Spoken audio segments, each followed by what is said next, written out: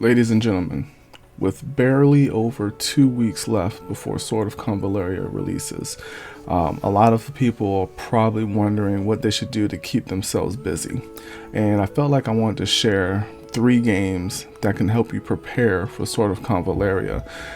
This is for just in case if you've never played a tactical RPG game, and if you have the ability to get these games, I think that they're good ways in order to get you prepared for this amazing tactical RPG gotcha game that's coming out on July 31st. Sword of Convallaria is, like I said, a tactical RPG, which means that it's a turn-based style game that allows you to take your time in order to plan your skills, to plan your movements in order to complete maps, defeating all bosses, doing some sort of victory objective. So with that being said, let's go ahead and jump into what I think are 3 really good games to jump into to play right before Sword of Convallaria. Final Fantasy Tactics. If you didn't think I was going to put Final Fantasy Tactics into this list, then you clearly don't know me. I mean, you don't know me as much as the thousands and thousands of people who follow me on YouTube and on twitch.tv/Evol played.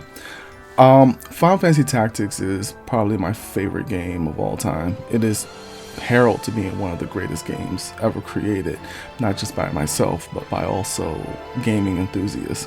Released on January 28th, 1998 in North America, Final Fantasy Tactics inspired so many great moments in Final Fantasy history. It inspired one of the greatest Final Fantasy games, which is 12, inside of the world of Evol. Also, a lot of the staff from Final Fantasy Tactics also worked on another game that we're going to talk about a little bit later in the video. Tactics stars the protagonist, Ramza, who gets pulled into a power struggle for power at the end of the 50-year war. This conflict being called the Lion War.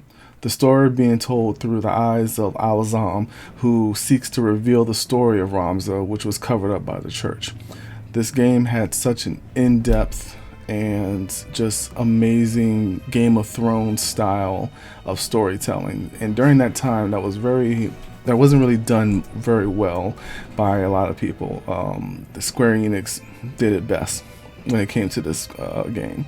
Well, they did it best. They did it best. One of the things that made Final Fantasy Tactics so good, besides the story and immersive characters, was the gameplay, where game is using terrain and weather to determine advantages and disadvantages of the match.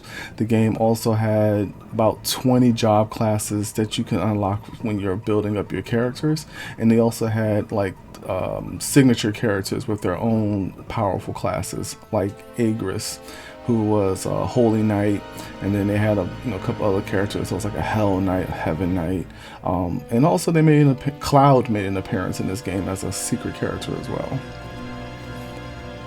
Much like the musical score for Sword of Convallaria, Final Fantasy Tactics was done by Hitoshi Sakimoto, and it was written by Yasumi Matsuno, both of which who were on another previous project as well. Final Fantasy Tactics had 2 spin-offs on the Game Boy Advances, which was A1 and A2, which wasn't as acknowledged or as in depth as the first Final Fantasy Tactics games, but they were both good in their own right. You can get the Final Fantasy Tactics right now on iOS and Android, as they did a remake called the Final Fantasy Tactics War of the Lions, and you can get that for about $14 on those mobile devices. And I do highly recommend that you do get them, as it's considered being the best version of the game. Tactics Ogre. Released on May 6, 1998 on the PlayStation in North America, despite it was first released on October 6, 1995 on the Super Famicom and then December 13th on the Sega Saturn, both in Japan. Tactics Ogre was the predecessor of the second game of the amazing Ogre Battle, which was put, I believe, on the Super Famicom, if I remember correctly. It was inspired by the NES game Solstice. It uses the tactical battle style as opposed to the real-time strategy that the Ogre Battles game used at the time. You play as the main protagonist, Denim, a soldier in the local resistance force, is caught in the middle of a war in the nation of Convallaria with his best friend and his sister, who fight against the two powerful nations. This game was revered for its deep, complex story with many twists and turns and having several branching paths in the story. One of the many things about this game, though, when it first released, was it had very hard tactical type style. They gave you a lot of control in the game. Like you control basically every aspect of your characters, including like the AI controls. When you build your units, you could choose the different schools of magics and conditions and special skills and so much more. The original game was very complex, but then they made a remake for Tactics Ogre called Tactics Ogre Reborn, which actually affixed a lot of this and actually made the game easier and more playable for everyone, but still kept you invested in the game. It plays like a whole new game basically. So if you played the original one, this one right here definitely played differently, but still kept the story, still kept just the overall just fun of the game. Now this also was composed by Hitoshi Sakimoto, and it was also written by Yasumi Matsuno.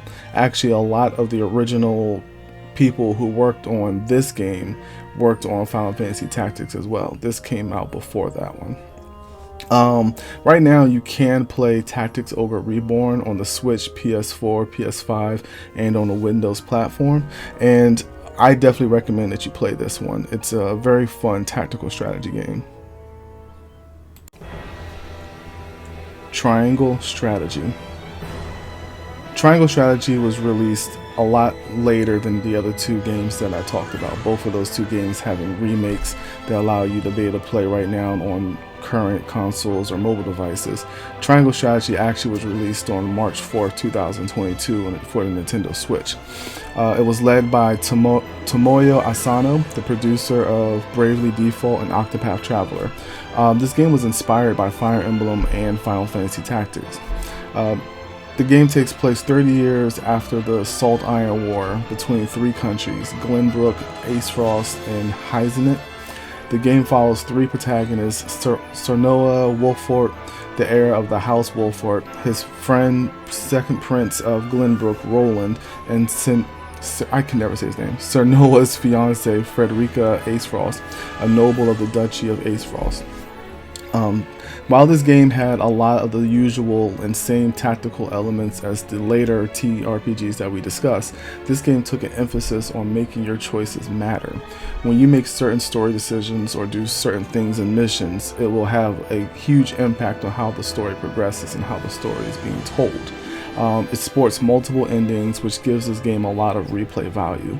I personally have only played the game one time through, and that first time through was just enjoyable. I got the Frederica ending, but overall it was just a joy, and I will be playing the game again through, try to get the other endings. The game was composed by Akira Senju, who, though doesn't have an extensive resume in video games, he has done a lot of anime and films. Also was written by Naoki Yamamoto, who wrote the Final Fantasy VII remakes. They also wrote on a lot of the Tales games, and they wrote a lot on Octopath Traveler too.